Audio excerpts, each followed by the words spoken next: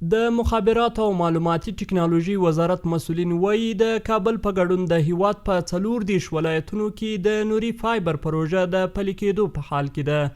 د یاد وزارت ویاند عنایت الله لکوزی وایي چې د دې پروژې په پلي کېدو سره به په هېواد کې د انټرنیټ کیفیت ښه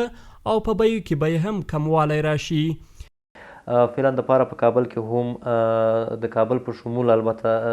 په 34 ولایتونو کې د نوري فایبر پروژه روانه ده او په افغانستان کې د افغانستان د امکاناتو او شرایطو په کتو سره دغه پروسه مخته ځي تر څو وکولی شو افغانستان ته بهترین انټرنیټ په ښه سرعت انټرنیټ او همدارنګه په ارزانه ډول باندې خلکو ته دغه انټرنیټ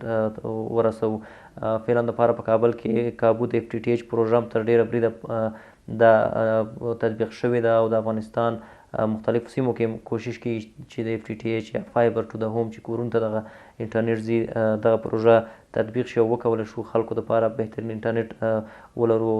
عنایت الله لکوزی دغه رازیاتوي چې د نوري فایبر پروژه شاوخوا 80 سلنه په پلازمینه کابل کې تطبیق شوې او هڅه کوي چې په نږدې راتلونکي کې یې تر نورو سیمو هم وغځوي. هغه وایي د مخابراتو او معلوماتي ټکنالوژي وزارت هڅه کړې تر څو د نوري فایبر کیبل غځونه د نړیوالو معیارونو په اساس ترسره کړي. لکوزی وایي چې د سیمې او ګاونډیو هیوادونو سره یې هماهنګي کړې څو د واخان له لارې هیواد ته انټرنیټ راوړي. دا پروسه په کابل کې کابو 15 سلنه تطبیق شوې ده. همدا ډول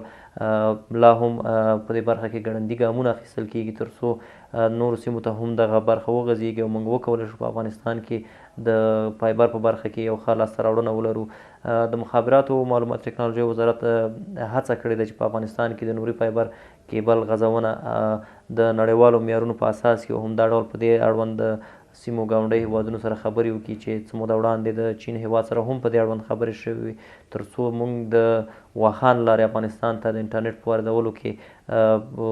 له هغوی سره خبرې وکړو. دا په داسې حال کې ده چې سږ کال د مخابراتو او معلوماتي ټکنالوژۍ وزارت ویلي چې د هېواد په ګڼو برخو کې به 488 کیلومتره د نوري فایبر کیبل وغځېږي.